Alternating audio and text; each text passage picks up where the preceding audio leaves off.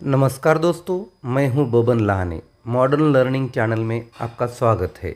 आज हम वाक्य विचार इस पाठ के बारे में जानकारी प्राप्त करने वाले हैं।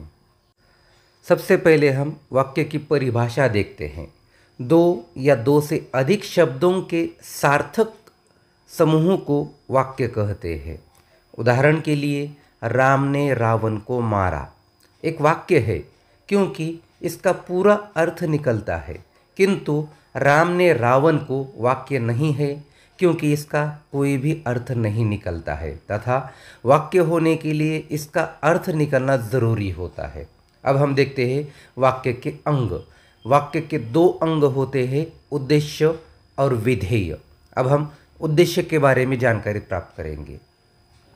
वाक्य में जिस व्यक्ति या वस्तु के संबंध में कुछ कहा जाता है उसे उद्देश्य कहते हैं। अतः काम के करने वाले अर्थात कर्ता को उद्देश्य कहते हैं। उद्देश्य प्रायः संज्ञा, सर्वनाम या विशेषण शब्द होते हैं। कहीं पर क्रियार्थक शब्द भी उद्देश्य अंश बन जाते हैं, जैसे रमेश गांव जाएगा, अभिमानी का सर्वत्र आदर नहीं होता, घूमना स्वास्थ्य के लिए अच्छा रहता है। पहले वाक्य में गांव जाने का कार्य रमेश कर रहा है, अतः रमेश यहाँ पर उद्देश्य है। दूसरे वाक्य में अभिमानी व्यक्ति का कहीं पर भी आदर नहीं होता है, यहाँ पर अभिमानी यह विशेषण है, तो विशेषण अभिमानी से वाक्य की शुरुआत है, अतः यहाँ पर अभिमानी यह उद्देश्य है। तीसरे वाक्य में घूमना स्वास्थ्य के लिए अच्छा रहता है, यहाँ पर घूमना यह क्रियार्थक शब्द है जो कि वाक्य में उद्देश्य की तरह प्रयुक्त है। अब हम विधेय के बारे में जानकारी प्राप्त करते हैं। वाक्य में उद्देश्य के संबंध में जो कुछ कहा जाता है उसे विधेय कहते हैं। वाक्य में क्रिया और उसका पूरक विधेय होता है, जैसे आदमी जा रहा था, तो आदमी यहाँ पर उद्देश्य है और जा रहा था आदमी के बारे में जानकारी दे रहे हैं, तो यह उद्देश्य है। वह पढ़ते पढ़ते सो गया, यहाँ पर वह उद्देश्य है और पढ़ते पढ़ते सो गया यह विधेय है। गीता लिखती है, यहाँ पर गीता उद्देश्य है और लिखती है यह विधेय है। अब हम वाक्य के भेद को जानते हैं। आइए सबसे पहले देखते हैं रचना के आधार पर, अर्थात वाक्य की संरचना या स्ट्रक्चर के आधार पर वाक्य के भेद। तो रचना के आधार पर वाक्य के तीन भेद हैं: सरल वाक्य, संयुक्त वाक्य और मिश्र वाक्य। सबसे पहले देखते हैं हम सरल वाक्य के बारे में। जिस वाक्य में केवल एक उद्देश्य और एक ही विधेय होता है उसे सरल वाक्य कहते हैं। उदाहरण, गाय घास चरती है, दीपक पतंग उड़ा रहा है, अध्यापिका ने बच्चों को कहानी सुनाई। इन वाक्यों में गाय यह एक ही उद्देश्य है और घास चरती है यह विधेय है। दीपक यह एक उद्देश्य है, पतंग उड़ा रहा है यह भी एक विधेय है। अध्यापिका यह उद्देश्य है और बच्चों को कहानी सुनाई यह विधेय है। अब हम देखते हैं संयुक्त वाक्य। जिन वाक्यों के सभी उपवाक्य समान स्तर के होते हैं उन्हें संयुक्त वाक्य कहते हैं। ये वाक्य आपस में समुच्चय बोधक शब्दों से जुड़े होते हैं। इनमें दोनों वाक्य स्वतंत्र होते हैं।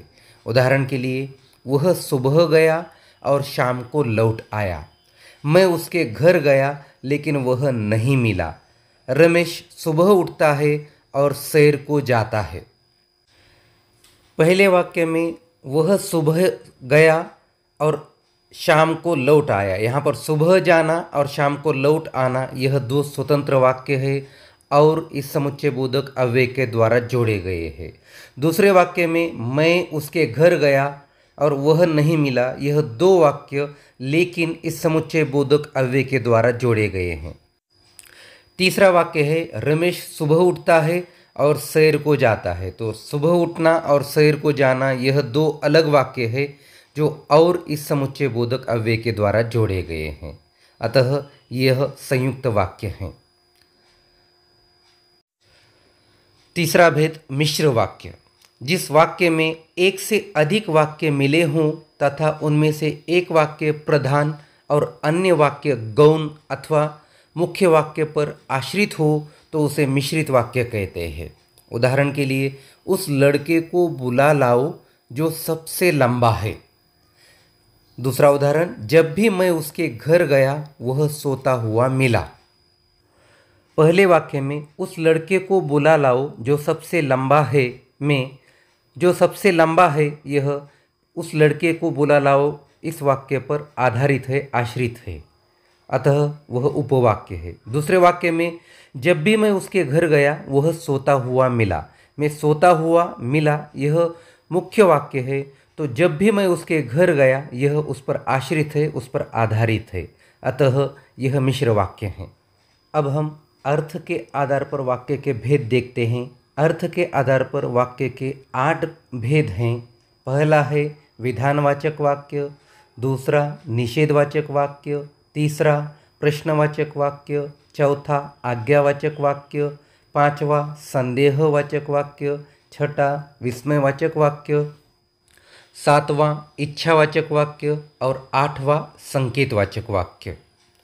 अब हम एक एक करके इसके भेदों के बारे में जानकारी प्राप्त करते हैं। पहला है विधानवाचक वाक्य। जिन वाक्यों से किसी बात के सामान्य रूप से होने का बोध हो उन्हें विधानवाचक वाक्य कहते हैं। जैसे वह कपड़े धो रही है, रमेश किताब पढ़ता है। यह विधानवाचक वाक्य है। यह सामान्य रूप से वाक्य पूर्ण हो रहे हैं, इसमें सामान्य घटना का बोध है, किसी भी तरह से प्रश्न नहीं, आज्ञा नहीं, इच्छा नहीं, कुछ भी नहीं है। दूसरा है निषेधवाचक वाक्य। जिन वाक्यों से किसी बात के न होने का बोध होता है उन्हें निषेधवाचक वाक्य कहते हैं। अंग्रेजी में इसे निगेटिव सेंटेंस कहते हैं। जैसे वह प्रतिदिन स्कूल नहीं जाता, वह सो नहीं रहा है, अर्थात जहाँ पर भी न नहीं का बोध होता है वो निषेधवाचक वाक्य होते हैं। तीसरा भेद है प्रश्नवाचक वाक्य। जिन वाक्यों के द्वारा किसी प्रकार के प्रश्न करने का बोध होता है उन्हें प्रश्नवाचक वाक्य कहते हैं। जैसे तुम कौन हो, आप कहाँ गए थे। तो यहाँ पर कुछ प्रश्न पूछे जा रहे हैं, तो जहाँ पर भी प्रश्न पूछते हैं वो प्रश्नवाचक वाक्य होते हैं। चौथा भेद है आज्ञावाचक वाक्य। जिन वाक्यों से आज्ञा, अनुमति, आदेश या अनुरोध का बोध हो उन्हें आज्ञावाचक वाक्य कहते हैं। जैसे एक गिलास शरबत ले आओ, अब आप अंदर आ सकते हैं।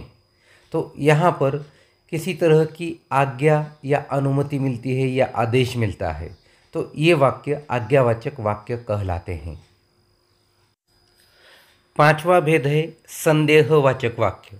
जिन वाक्यों से संदेह या शंका का बोध हो उन्हें संदेहवाचक वाक्य कहते हैं। जैसे उसने याद कर लिया होगा, शायद मैं भी वहाँ जाऊँ। तो यहाँ पर शायद उसने याद कर लिया होगा या नहीं होगा, इस बारे में संदेह है, अतः यह संदेहवाचक वाक्य है। दूसरे वाक्य में शायद मैं भी वहाँ जाऊँ, तो यहाँ पर शायद मैं जाऊँगा या नहीं जाऊँगा, इस बात में संदेह है या शंका है, अतः यह संदेहवाचक वाक्य है। छठा भेद विस्मयवाचक वाक्य, अर्थात विस्मयादिबोधक वाक्य। जहाँ पर विस्मय प्रकट होता है वहाँ पर विस्मयादिबोधक वाक्य होता है। जिन वाक्यों से विस्मय, हर्ष, दुख, घृणा, शोक आदि का भाव प्रकट हो उन्हें विस्मयवाचक वाक्य कहते हैं। जैसे अरे तुम आ गए, वाह कैसा सुंदर दृश्य है।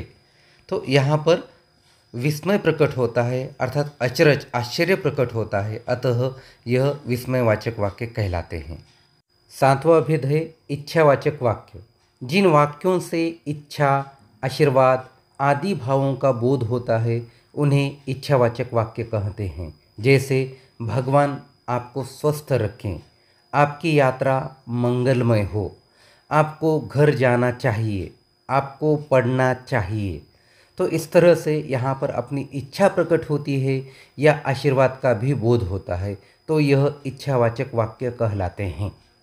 आठवां भेद है संकेतवाचक वाक्य। जिन वाक्यों से संकेत या शर्त का ज्ञान हो उन्हें संकेतवाचक वाक्य कहते हैं। जैसे मेहनत करोगे तो पास हो जाओगे, अगर तुम आते तो मैं अवश्य आता।